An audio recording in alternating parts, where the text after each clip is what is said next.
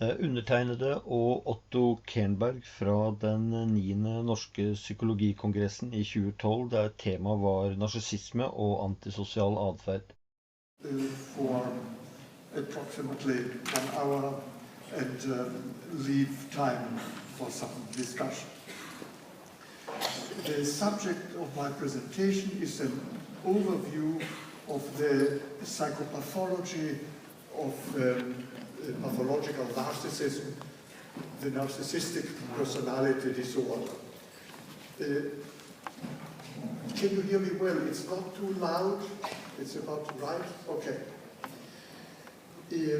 I would like to first give you a brief overview of the general clinical picture of the personality of the narcissistic personality disorder, then describe degrees of severity of this personality disorder and special forms that this illness takes, and talk a little about the underlying psychological structure that are behind the manifest symptoms of these patients. Then I'll make some comments about prognosis, and I also want to touch base regarding the complication of antisocial behavior and the differential diagnosis of antisocial behavior, which is very important practically and is a territory of forensic psychiatry and psychology and clinical psychiatry and psychology at the same time. And if there's some time left at the end, I will tell you where we are regarding the forthcoming DSM-5 system of classification. I will only be able to talk very briefly about this, although in itself it's an interesting subject. The narcissistic personality disorder, general descriptive features. They can be classified into 3 major issues. 1, abnormality of the experience of the self. 2, abnormality of the relationship with significant others. And 3, abnormality of the internal value system. Self, relation with others, value systems. And in addition to this, a particular state of, a chronic state of feeling, a kind of a chronic state of self that is practically important, although it's quite logically related to the others. Abnormality of the self-experience. Basically, these patients have a sense of grandiosity, an excessive self-centeredness, an over-dependency at the same time of admiration from others. They think they are great, but they need others to confirm the greatness all the time. They have fantasies of success, superiority, grandiosity that are an important aspect of their daily life. They try to avoid realities contrary to such fantasies and expectations. And then, strangely enough, they have brief periods of terrible insecurity where all of this breaks down and it is almost a panicky sense of inferiority against which the upsurge of grandiosity protects them. Second, their relations with significant others. The main aspect of that relation is a deep feeling of envy.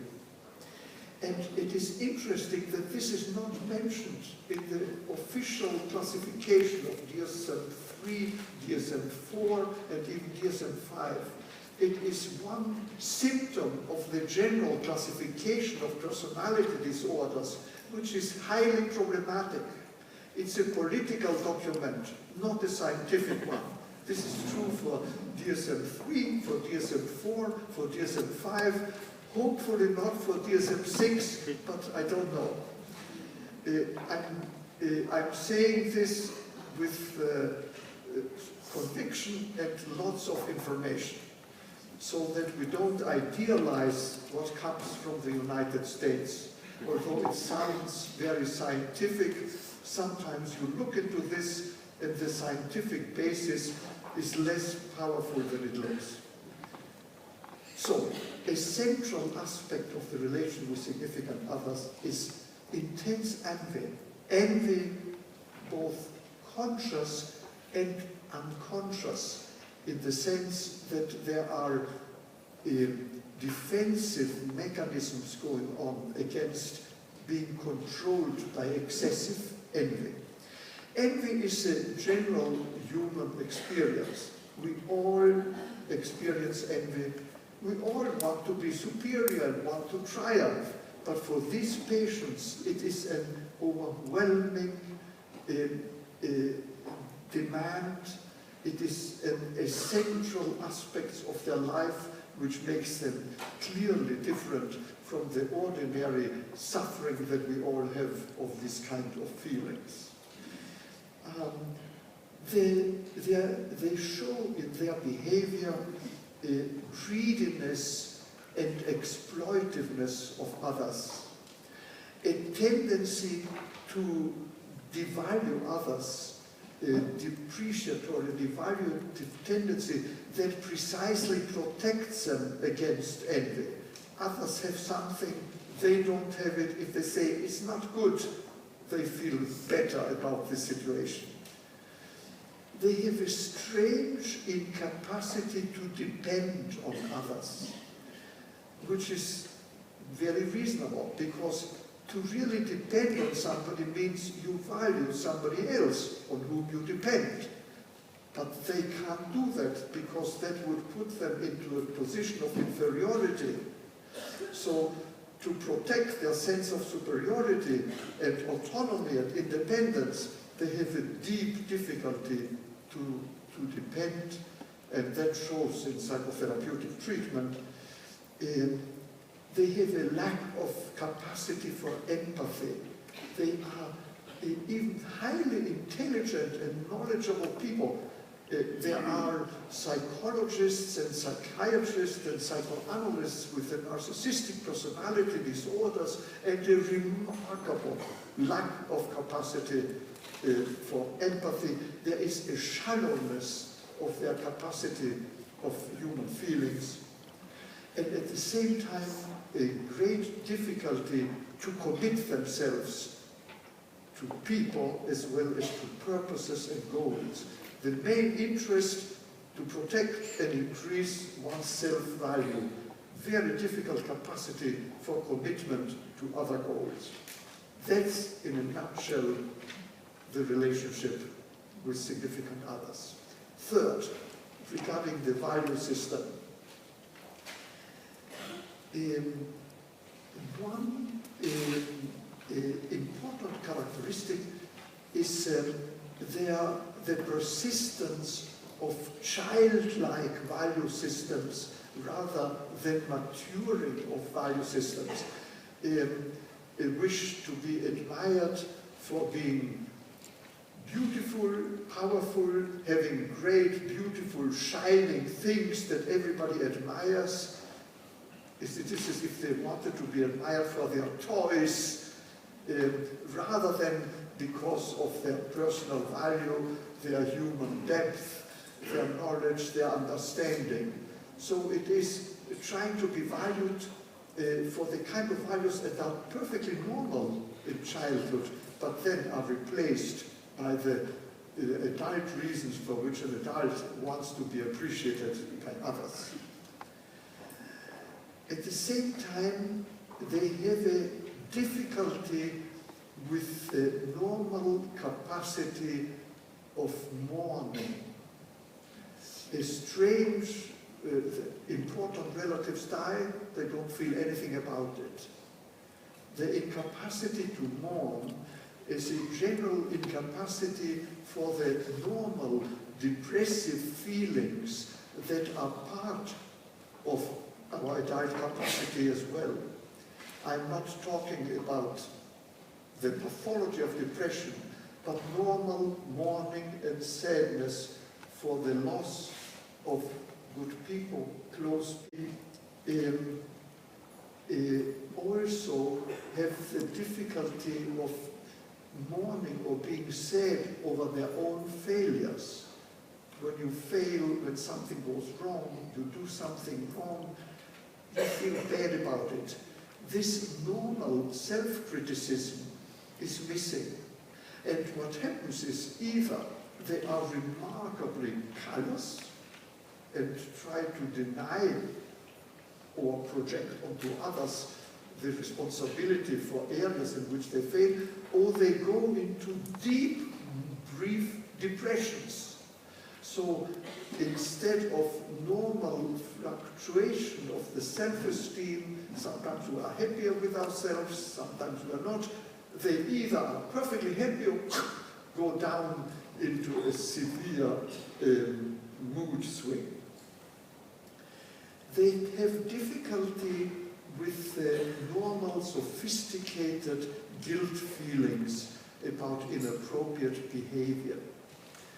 And if they avoid doing something antisocial, it's because they are afraid of being caught.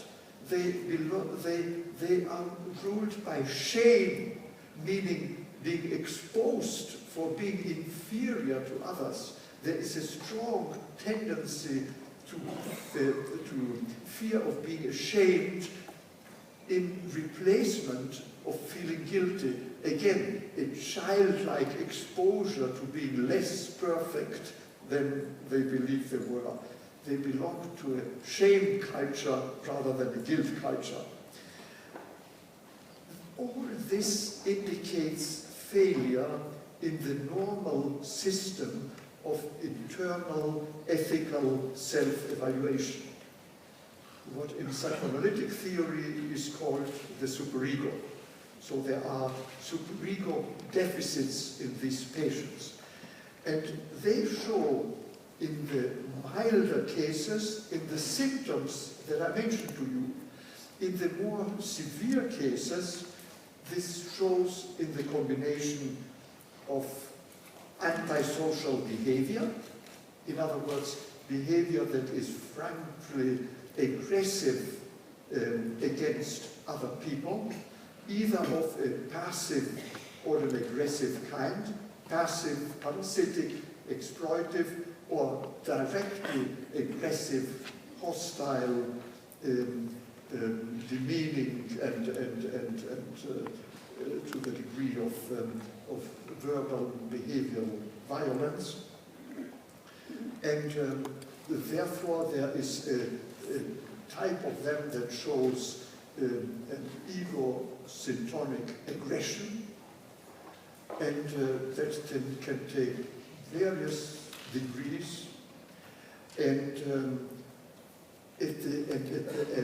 under these conditions there is also an increased tendency to blame others for that aggression rather than accept any guilt feeling for one's own aggressive outbursts. And this tendency to attribute to other, to project, shows clinically, therefore, as hypersensitivity to others people's aggressive behavior, hyper-alertness, paranoid trends. So the combination in the more severe cases of antisocial behavior, egocentric aggression, and paranoid orientation leads to a very specific syndrome, which is the syndrome of malignant narcissism, characterized by narcissistic personality, egosynchronic aggression, paranoid tendencies, and antisocial behavior. And that may become extremely severe and lead into directly criminal activity. So we have a type of criminals who show the syndrome of malignant narcissism. It doesn't mean that all criminals have that, but it's a definite clinical constellation.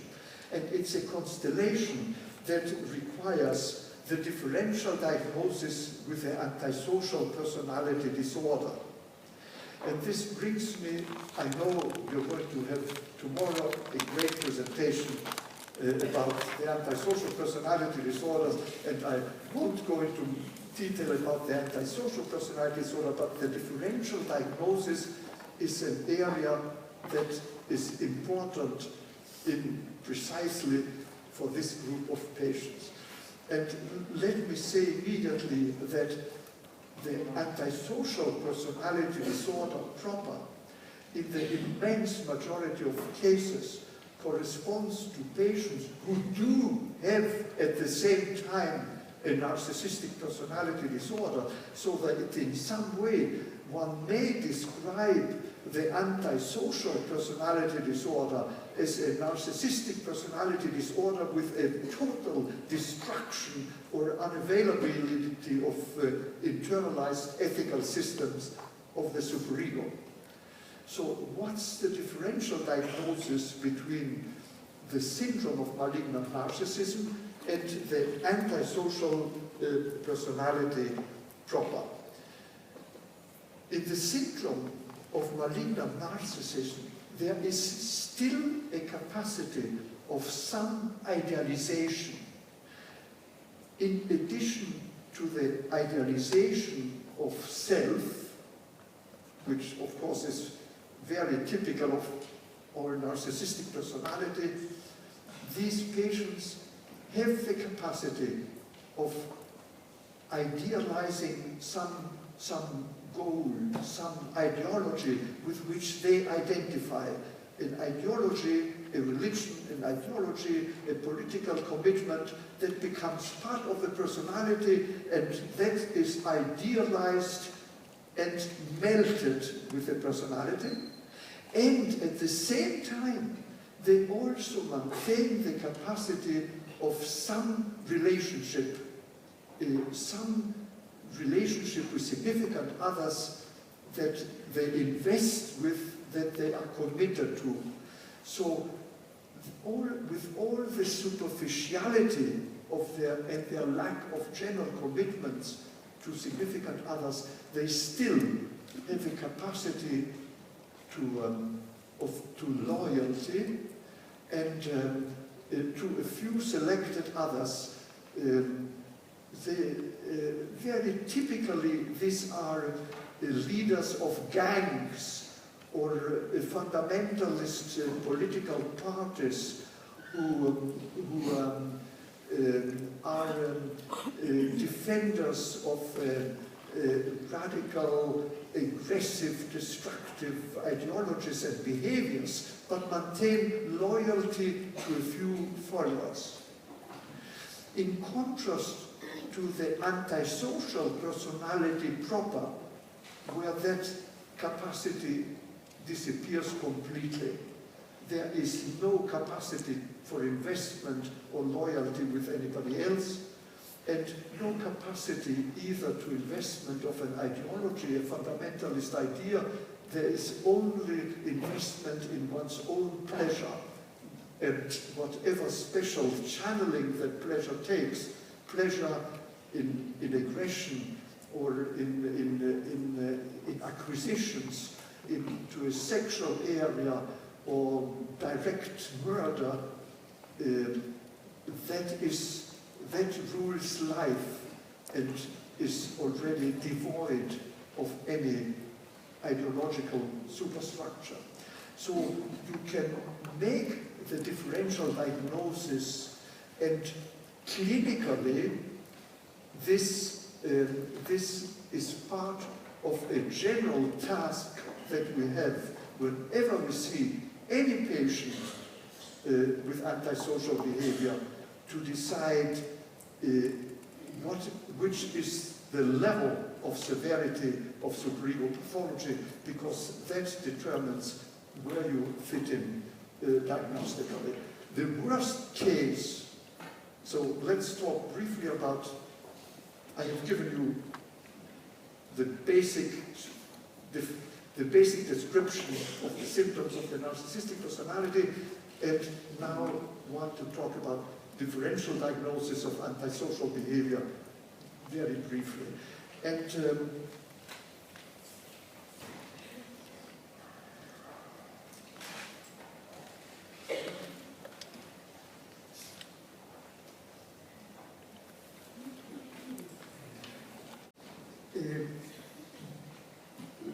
the most severe case is that of the antisocial personality proper, in which what is essential is the complete absence of any capacity for guilt feelings, complete absence of any concern for others and for themselves. These are patients who may also run into extraordinary risks and dangers because of a kind of a fearless exposure of themselves, so that in the antisocial personality, the grandiosity goes together with total lack of investment, but most importantly of concern and guilt, the incapacity of any superego function, such as concern about the future, a total immersion in the present,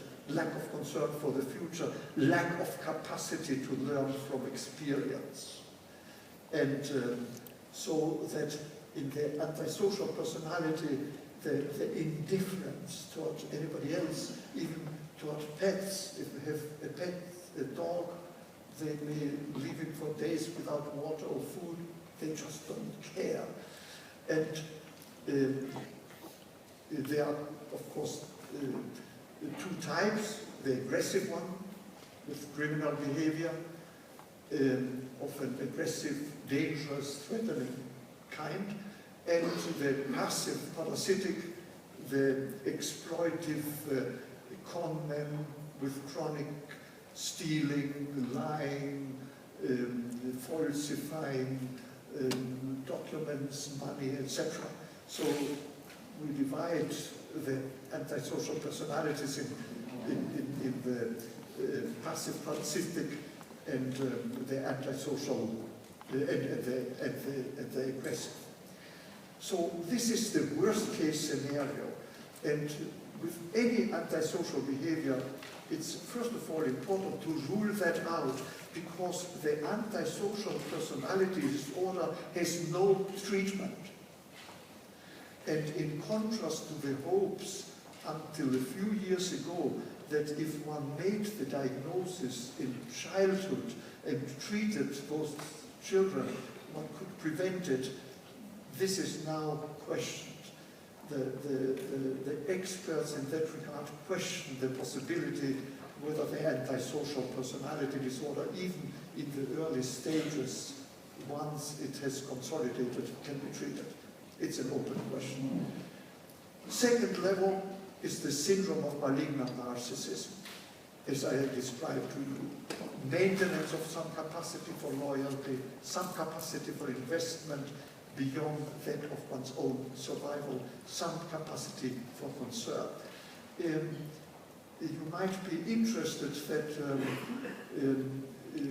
that syndrome of malignant narcissism corresponds, for example, to some of the bloodthirsty dictators who are not psychopaths. Psychopaths, very difficult, take leadership of groups, political parties or nations.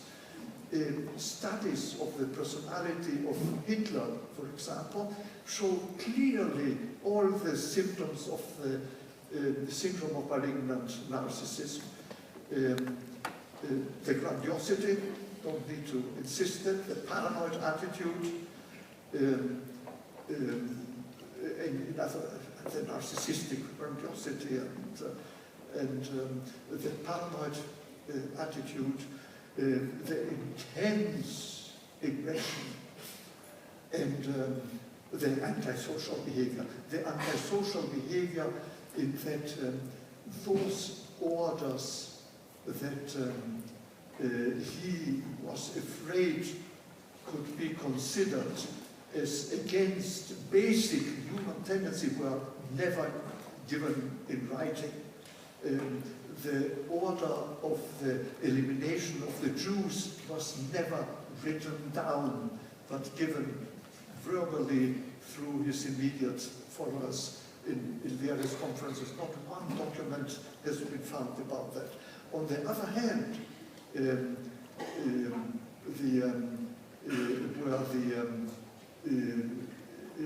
where the aggression could be rationalized in terms of political ideology, there was a written order. For example, before Stalingrad, he gave written orders that the entire population, men, women, and children, be killed. He said that is a system infiltrated by communism, and the entire city has to be destroyed. And that was given to the German generals who didn't question it and were willing to pursue in this way. Of course, it ended differently, as you know. So you have the aggression, the antisocial tendencies, and of course the aggression, the sadistic quality also showed more privately in that the attempt against his life by Stauffenberg and another group that led to the condemnation to death and hanging of the leaders of the conspiracy. The hanging was arranged so it would be slow and painful. It was carefully filmed, and Hitler watched those films for weeks.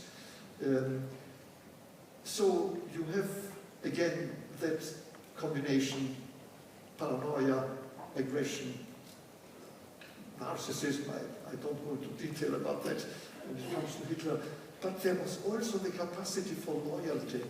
To the almost end, he maintained the loyalty to Goering in spite of the total failure of that empty fool in every task that he got, and everybody else tried to convince Hitler to get rid of Goering. He wouldn't. And Hitler maintained his investment in several of close co-workers in spite of questionable behavior. Speer, his architect, who undermined the orders of Hitler in the last 6 months when Hitler decided to destroy everything in Germany that was lost because Germany didn't deserve to survive. It was not up to his ideals, and therefore with his death it should disappear. Speer operated against that, and Hitler knew it and did not have him shot, while on the other hand the brother-in-law of Hitler's mistress, Fegelein, who dared to get away from the bunker, Hitler had him shot just a few days before he committed suicide. So you can see still that element of capacity for loyalty, and of course the identification with the ideal that Germany is a superior race, etc., etc. I could give you similar information, for example, about Stalin, who also has been studied very carefully, and had a very similar personality to Hitler, with very similar traits. But this is not true for other dictators and horrible dictators. So it is very important to differentiate the political, military, historical function from the personality. So, antisocial personality, syndrome of malignant narcissism, then you have still less severe narcissistic personalities with antisocial behavior of a passive a parasitic type who have not bad prognosis and they are not dangerous. These are, I'll give you an example, a university professor whom I saw teaching in the areas of art and who would steal art books.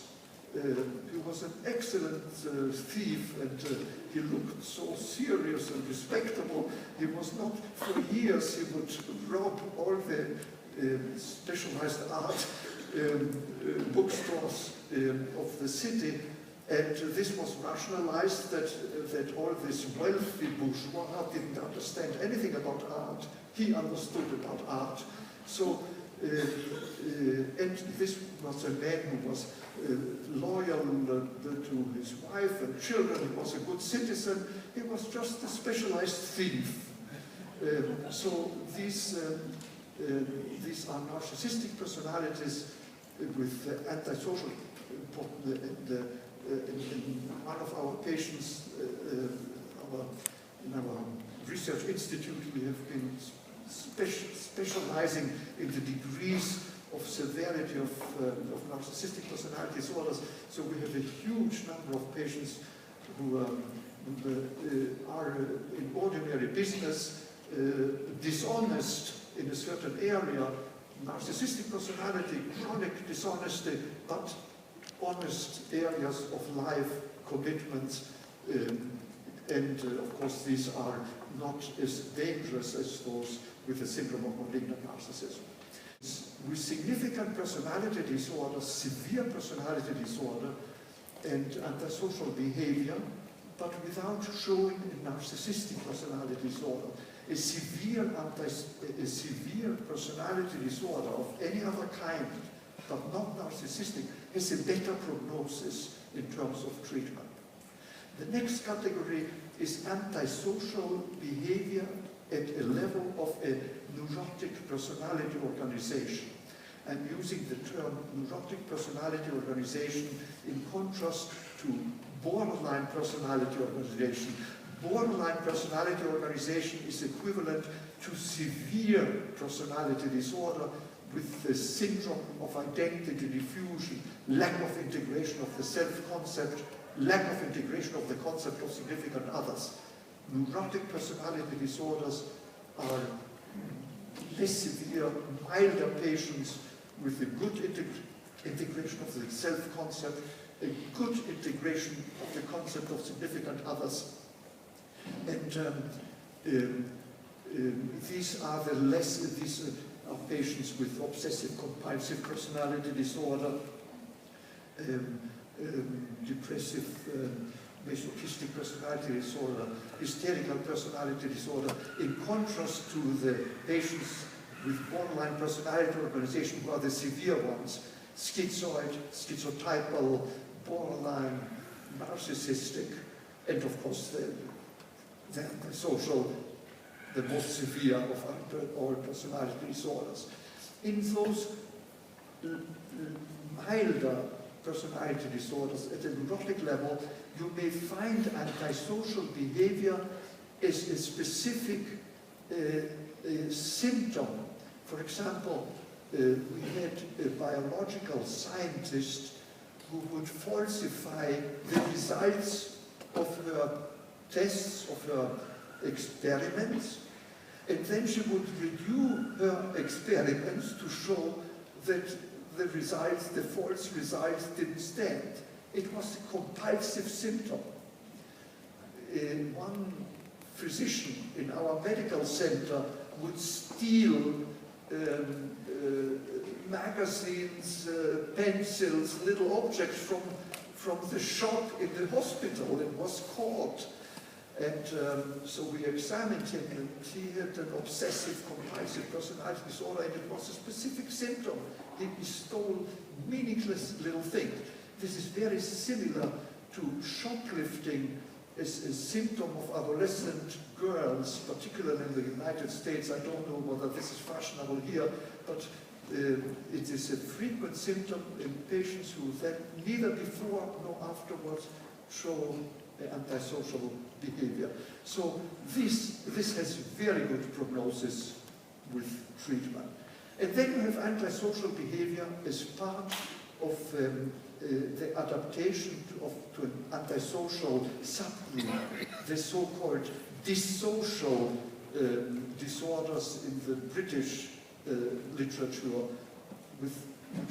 These are youngsters with antisocial behavior. You take them out of the environment and they do great.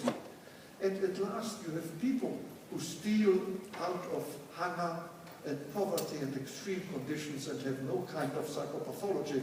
There is a social psychopathology, if you want to, but not a personality disorder. I hope I've given you the basic criteria of differential diagnosis. This is extremely helpful in practice, and of course, in forensic psychiatry, it becomes very important. I know everybody in Norway is concerned with the Breivik case, and I haven't studied the Breivik case, but I would say that the criteria that one would apply are the clearly severe, extremely severe criminal antisocial behavior. No doubt about that. So, what is the worst case scenario? Now there are two worst case conditions than those that I mentioned. One is antisocial behavior as part of a chronic psychotic illness, a chronic schizophrenic illness with delusions and hallucinations. There's no doubt that we have a chronic psychosis. There are manifest delusions, hallucinations, and total disorganizations of language, behavior, affect, thoughts, no doubt about that. Then there exists a category that was described by Guttmacher in the United States, 1954, and has been strangely ignored, although we see all the time such cases, which is pseudo-psychopathic schizophrenia, a diagnosis which has fallen into oblivion, although clinically we still see these cases. These are patients who are psychotic, have severe and crazy antisocial behavior. They are clearly psychotic. You give them atypical antipsychotic. You treat them psychopharmacologically. The psychosis clear up, and they remain as antisocial personality disorder. You don't know what's worse. So we have an entire unit with these patients accumulated throughout time. So this is a very difficult category, and of course you can make the diagnosis relatively easy if you catch them while they are psychotic. The problem is after they are cleared, you have to observe what happens then. Does the person change into the normal behavior, or latent schizophrenia, whatever, or into an antisocial personality? So it is very important in patients with severe antisocial behavior who are clearly psychotic, a long period of observation once they're out of the psychosis. So those most severe categories, if you wish, you can add them: psychosis, pseudopsychopathic schizophrenia, antisocial personality, syndrome of malignant narcissism, narcissistic personality with parasitic antisocial behavior, other personality disorders with antisocial behavior, neurotic personality with antisocial behavior, dissocial reaction, normal antisocial behavior. This is, in a nutshell, the sequence. Now, next subject, levels of severity of the narcissistic personality disorder. At the highest level, you have patients who function extremely well. They seem, very often these are people with particular capacity and talent that permit them to get into a superior position in politics, in industry, in religion, in art, in science, and they function very well, except they have difficulty in their intimate life, chronic couple therapies, chronic couple difficulties, difficulty commit themselves to intimate relationships, sexual promiscuity, or else they have chronic problems with co-workers, a kind of arrogant, grandiose attitude that creates problems for them, difficulties in their social life, they lose their friends because of their controlling and superior and lack of subtle tact in their social behavior. It is therefore very important in all patients where we suspect a personality disorder to carefully evaluate sexual life, love and sex, professional life, work and profession, social life, family, friendships, creativity, and study how the patient functions in those areas.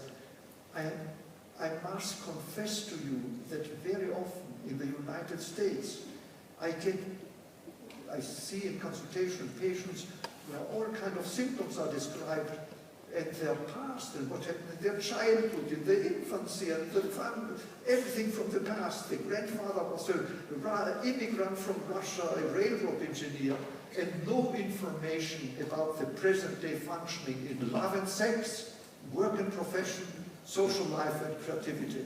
And these are the most important informations you need to make the diagnosis of all personality disorders and their severity. And I'm saying this here, if this is obvious to all of you, forgive me. In the United States, it's not obvious, it has to be said. So, the highest level function relatively well, except subtle chronic, but very often they don't come to treatment except if they have a minor symptom. Second level, there are significant problems at work that interfere with productivity, with promotion, significant problems in the emotional life. Here you have the typical patients who can't maintain love relationships, who show sexual promiscuity or great instability in their love relations, difficulties in their social life and creativity. These patients very often don't come to treatment before their 40s or 50s, because in their 20s and 30s they still manage, they are just struggling to progress at work, and they haven't committed themselves to a stable relationship and to have a family. And it seems they are still within the realm of normal, but then they realize that they are stuck, severely stuck, and the grandiosity suffers, and they start getting depressed because of chronic failure, and sometimes in their 40s and 50s, then this disappointment, the sense of failure, leads them into treatment. These have, in general, relative good prognosis for treatment, except if there is too much infiltration by aggression, when of course the symptoms become more severe, the deterioration of the internal value system is more severe, the capacity for commit themselves to a treatment process becomes more severe, so difficulties increase. Dette er del 2 av Kernbergs foredrag om narsissisme og antisosial adferd fra Psykologikongressen 2012. Personalities who fail totally in intimacy, sex and love, work and profession, social life. And here you have patients who are sometimes highly talented children. They are at school, they have a funny symptom. They are the best in the class if they are number one. If they can't be number one, it's devalued and they don't work and they fail. So there is a terrible irregularity, and then in work they fail because they cannot be immediately CEO, the head of an industry. They have to start from the bottom, and that incites them. They look for professions where they can go immediately to the top. They can't learn. They are not patient. Failure at work, and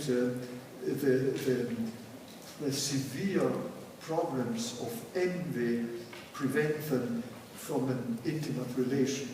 And in sex and love, this becomes fatal because unconsciously they envy the person whom they desire sexually, so that they have an intense falling in love, which after they get involved with that person, and then the unconscious devaluation of the person makes them feel bored.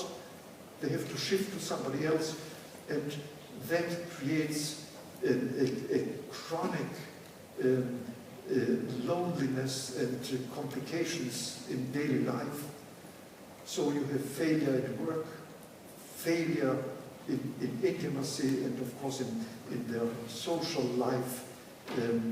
The sense of failure increases, the resentment of everybody else who is not having such a terrible destiny as they feel they have.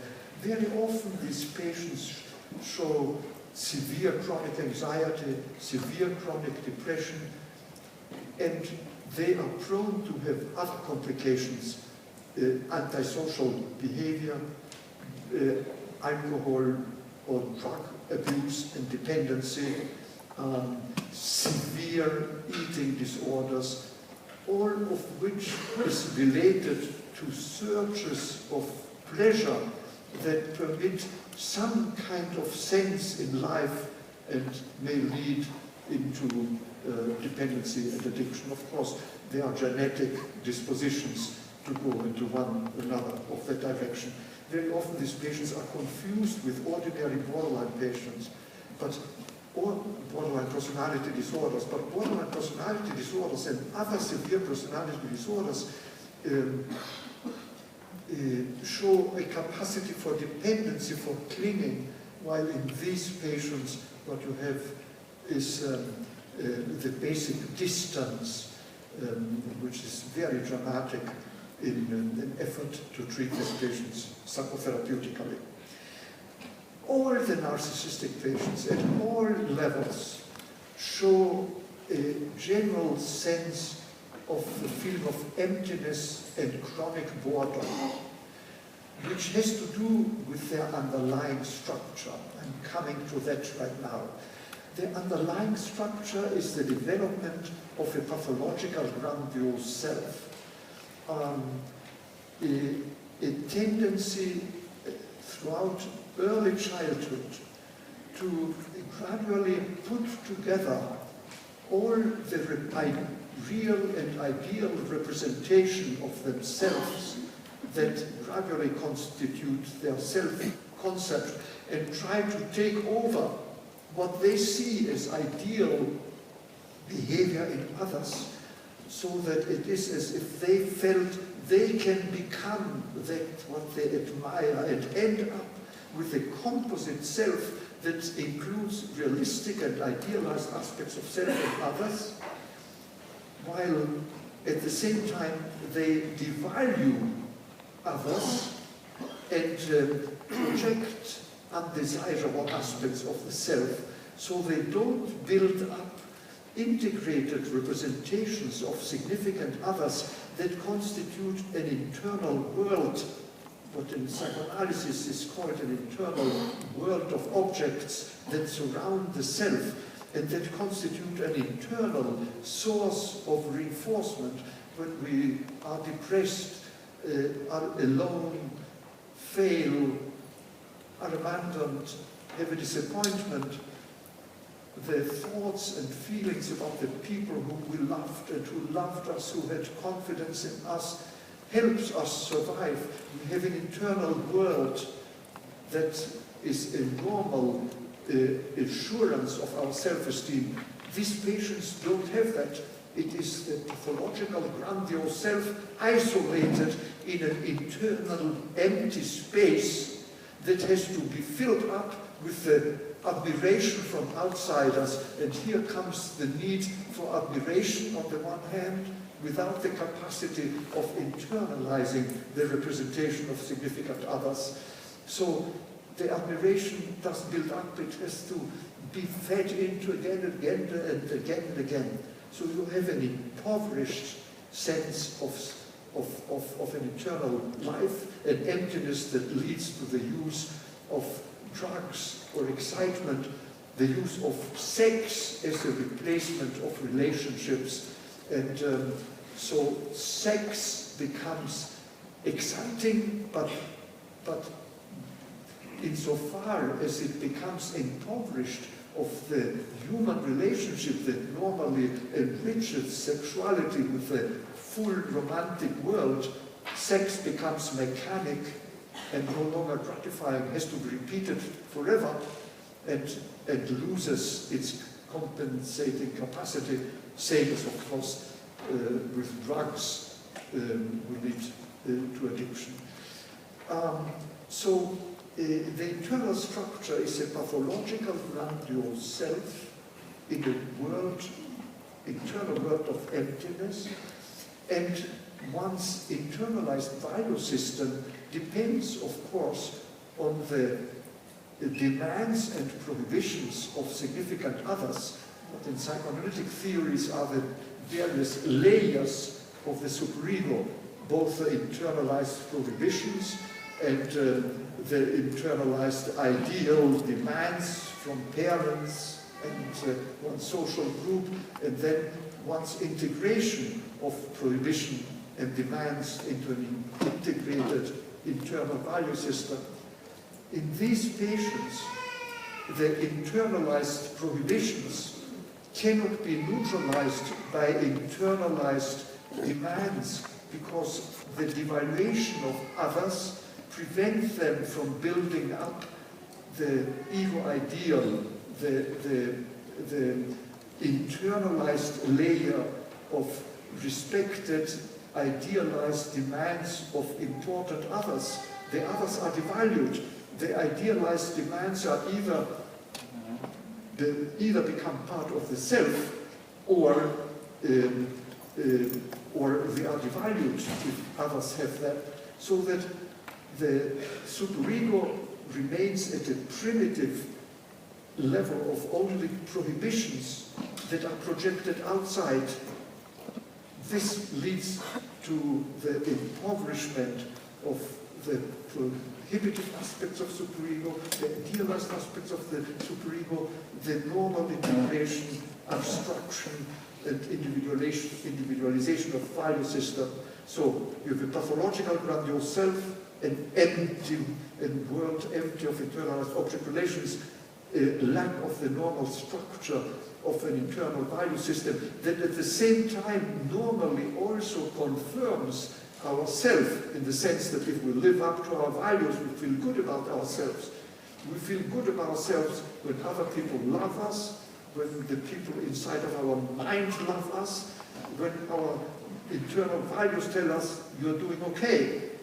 And all of this is missing in the narcissistic personality disorder. So this is the kind of structure that ends up, and of course I don't have time here to talk about the origin of this in very complex early experiences, but clinically the activation of this structure in the treatment is what permits to help many of these patients. And although I'm not going to talk about treatment per se, I would say that cognitive behavior therapies may help significantly many of these patients to improve their behavior, particularly in work and social situations, and learn how to reduce the manifestations of grandiosity and arrogance and aggressivity, but cognitive behavior treatments generally cannot affect their profound difficulty to love. And if that's the main area for which they come to treatment, psychodynamic kind of psychotherapies by experts in this kind of field are probably the most helpful way of dealing with that. And regarding general, and there is, I'm sorry to disappoint those of you who feel that medications can help this patient, because there is no indication for medication except for the treatment of severe depressions and severe anxiety. That, of course, can be helped respectively by the corresponding medication,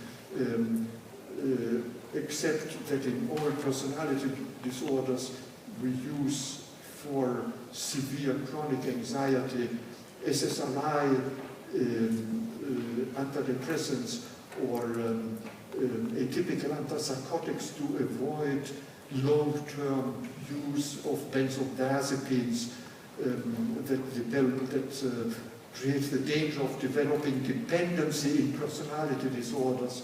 So we try to be very careful not to use long-term benzodiazepines, particularly in severe personality disorders, including narcissistic personality disorders. Now, let me mention some particular types of these patients that may be quite different on the surface, and you recognize that.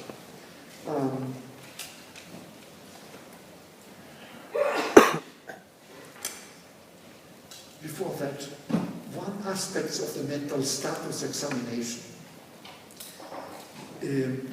As in all personality disorders, we try, as I told you already, evaluate how does the patient do love and sex, work or profession, social life, creativity.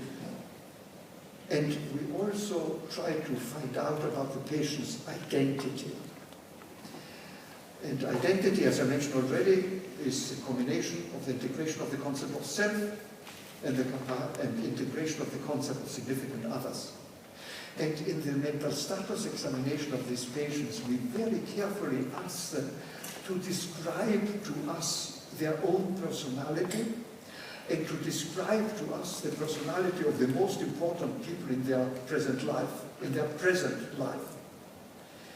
Patients with identity diffusion, in other words, lack of integration of the concept of self, lack of integration of the concept of significant others, severe personality disorders, have an enormous difficulty to give an integrated view of self and an integrated view of significant others that would permit the examiner to identify himself with that view, to have an image of the other people the patient describes. With patients with a good identity, if they give us over a period of time description of the most important others in their life, we get a feeling how they are. With these patients, we never get that.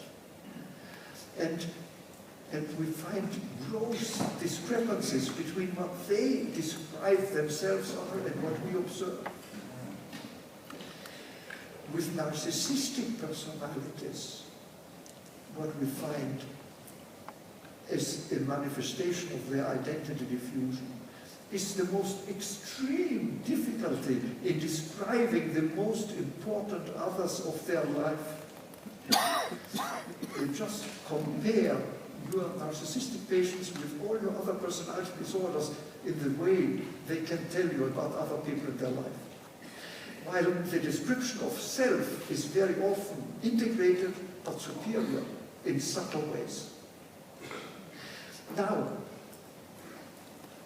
that's, with some experience, is an elegant and important aspect of the diagnostic evaluation, and of course it illustrates why they have such difficulties in empathy with others and why their grandiosity creates problems for them. Clinical types.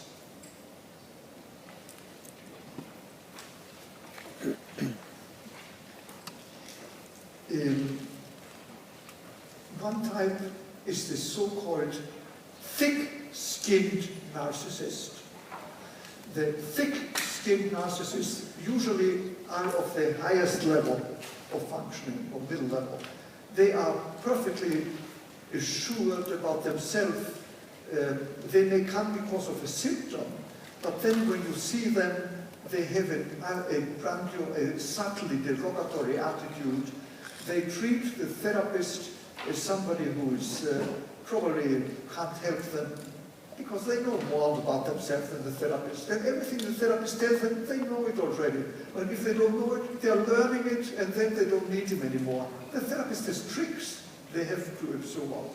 There is an incapacity to engage in a mutual relationship. The patients talk only about themselves, to themselves. The therapist just has to listen. Or they talk to the therapist to influence him, but there is no give and take. And therapists may feel that as an extreme boredom. These are the patients that put you to sleep, even if you are not sleepy, because of the intuitive sense of the lack of relationship. They are very difficult to treat and require special techniques in the way one approaches them. In one word, one has to look first what's going on in the relation with significant others before one can ever look at what's going on in that display of grandiosity and depreciation toward oneself. There are other patients who are called the thin-skinned narcissistic patients.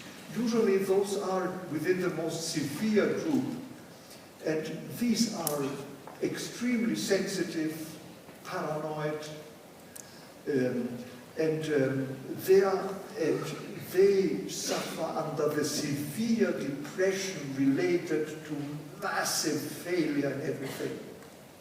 So, massive failure, paranoid attitude, and in the treatment, they tell you, I'm desperate, nobody can help me, I need desperate help. And 5 minutes later, they tell you, you understand nothing, you're an idiot, you don't know anything about human beings, I don't know why I'm wasting my time. So the grandiosity shows into a total acute devaluation, shameless devaluation of the therapist, while 10 minutes later they are desperate and need help. So it's a combination of hypersensitivity, aggressive behavior, depression, anxiety, a big mess. And here really all kinds of therapeutic interventions are very often required. Combination of medication, supportive, cognitive behavior, but some of these patients can be treated very effectively with the specialized treatment that we have developed in our Institute for the Treatment of Severe Personality Disorder, which is called Transference-Focused Psychotherapy, and I don't have time to talk about this here, but it is a specific treatment for severe narcissistic personality disorders as also for other severe personality disorders. It has been manualized, empirically studied, and you may be familiar with it, but I don't have time to talk about this here today. A third kind of patients are the patients who present the syndrome of arrogance. The syndrome of arrogance is, of course, an exaggeration of one of the very dominant types, but it shows at two levels, at the most severe level and at relatively high one. At the most severe level, it's characterized by a combination of severe arrogance in the treatment, pseudo-stupidity, and curiosity. It was described by Bion.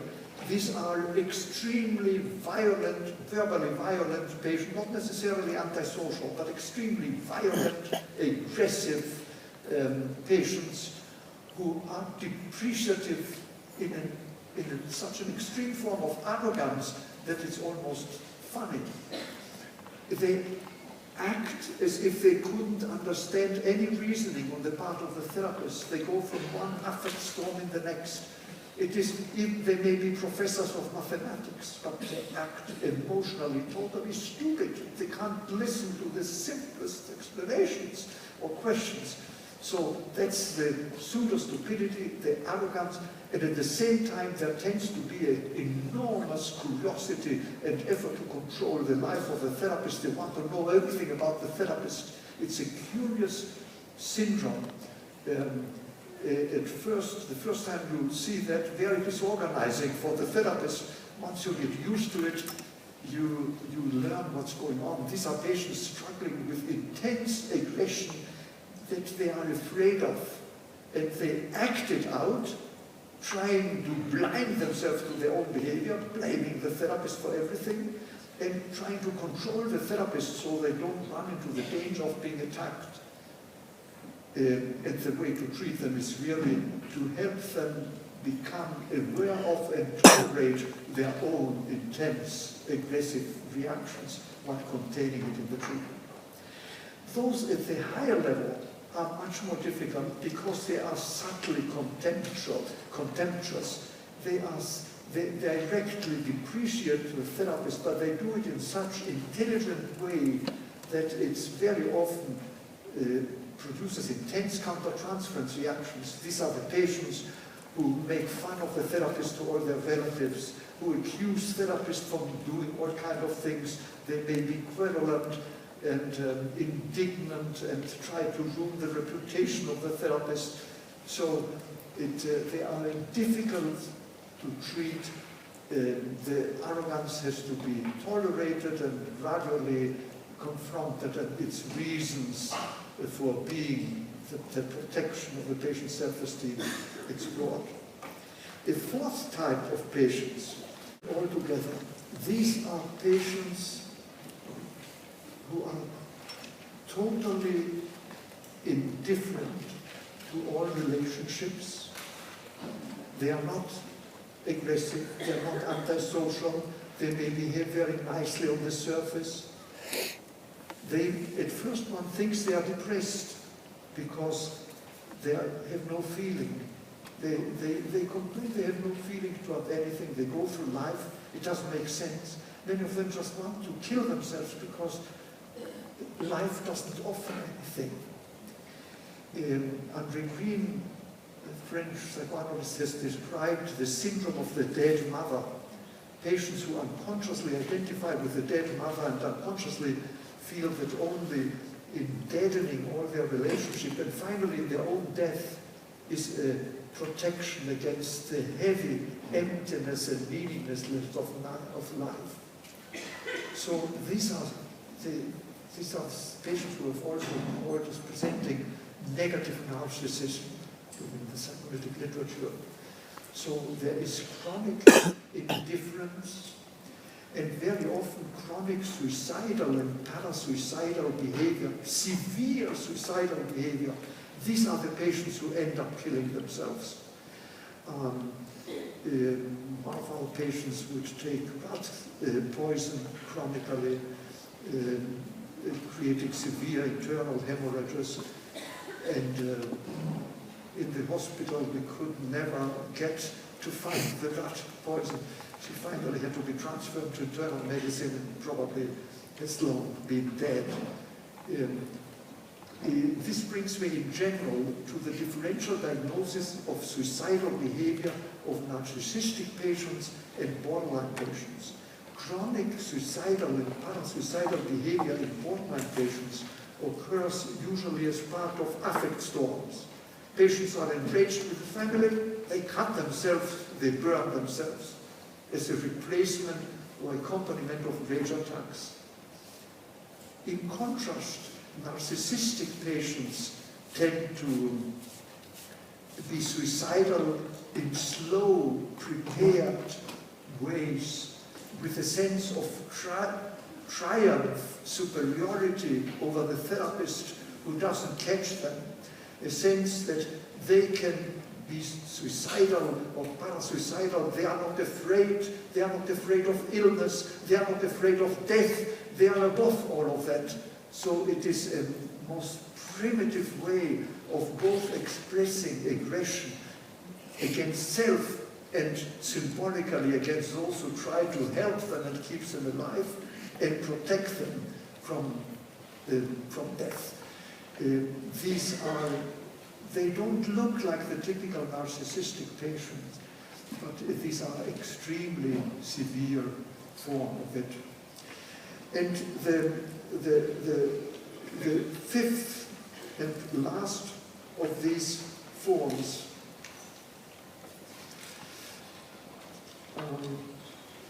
are the patients with predominantly antisocial behavior, and we have already talked about that. General prognosis. The general prognosis for whatever treatment one carries out, in general, for personality disorders, depends upon two features: the degree of antisocial behavior and the secondary gain of illness. Secondary gain of illness, the exploitation of one's own illness for secondary gain, exploitation of family, of the states, of social media, that is bad for treatment in all cases. Severity of antisocial behavior particularly refers to the narcissistic personality. It worsens the prognosis, and therefore it is so important to establish the differential diagnosis of antisocial behavior to decide at what point is there still hope and what are the most difficult cases. Cases with extremely severe aggression against the self, those that I mentioned, the syndrome of the dead mother, have bad prognosis. Some of them can be helped, but others can't. There are some patients in who show a primitive form of negative therapeutic reaction, which means that every time they feel somebody is trying to help them, they get worse. As you know, this happens for other reasons in other kind of patients, severe depressions, but in narcissistic personality, getting worse out of the unconscious envy of the therapist who might be able to help them may become a very difficult element. Drug abuse and alcohol abuse don't worsen the prognosis that you see, but drug dependency and alcohol dependency worsen the prognosis, have to be treated radically, intensively as the first item of business when you have these complications. The syndrome of extreme arrogance at the higher level has a worse prognosis than at the primitive level, because it is so subtle and destructive of the treatment. And then there is a rare type of patients who deserve to be in a separate group, to present the syndrome of hypochondriasis, chronic impoverishment of all object relation with hyper concentration on one's own organism and health rituals.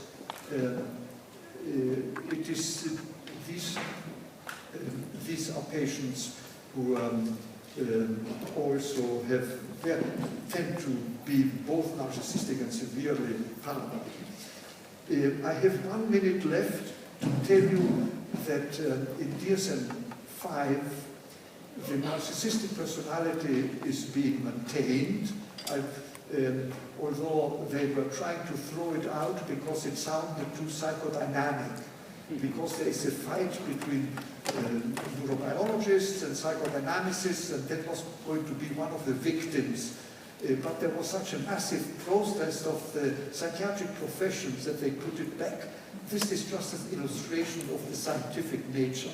In any case, I have the good news that the narcissistic personality is doing well, and in the description of it, they, for the first time, after a number of researchers, Western, Eva Roningstam, Gunderson, myself, all the major researchers have been working on narcissistic personalities, but the description in the DSM-3 and 4 were poor. In the DSM-5 they are better because the DSM-5 for the first time has discovered that the most important symptom of all the personality disorders are disturbances of identity and of the relation with significant others. So DSM-5 has discovered America. The narcissistic personality is described as having therefore severe alteration of identity in the sense of excessive reference to others for self-definition and self-esteem regulation, difficulty in goal setting based in looking for approval from others, personal standards are unreasonably high, and then they have difficulty with others, impaired capacity for empathy, impaired capacity for intimacy, and in addition these patients are characterized by grandiosity, excessive attention seeking, period. It is basically a sufficient description, not a word about envy that will be discovered in DSM-6, and not a word about the different degrees of severity, the different clinical syndromes, but anyhow, that is as much as you can expect from our official classification. It is a big improvement in the discovery of the severity of alteration of identity as the basic criteria for all personality disorders, and of course it is essentially in the narcissistic personality disorder, and thank you for your attention.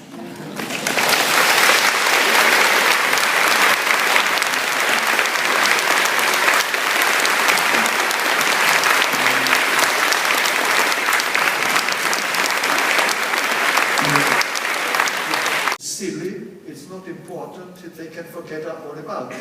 That's one possibility. The other is they may get anxious and say, hey, this is my problem. So they may get anxious and unhappy, and then look for somebody who can assure them that there are people who think differently from me and they don't need to take me so seriously and they feel better. And there may be others who feel that maybe they should look for somebody who can help them because it is treatable. And most of these patients can be helped, and it can make a difference, a total difference for their lives. I'm not saying this lightly. If I had time, I would tell you about some of the cases of people whose life was destroyed and who ended up having a very good life after years of treatment. These patients require long-term psychotherapeutic treatment, whatever the approach. And at the higher level, at the middle level, they have an indication for psychoanalysis with expert psychoanalysts who have studied the correspondent techniques, and at the lower level, psychoanalytic psychotherapy, particularly transference-focused psychotherapy, can bring about fundamental change. And of course, patients with complications, as you know, we have ways of treating drug abuse and dependency and eating disorders and antisocial behavior, except in the antisocial personalities proper, where what we have to do is to protect society. Okay, well, thank you very much.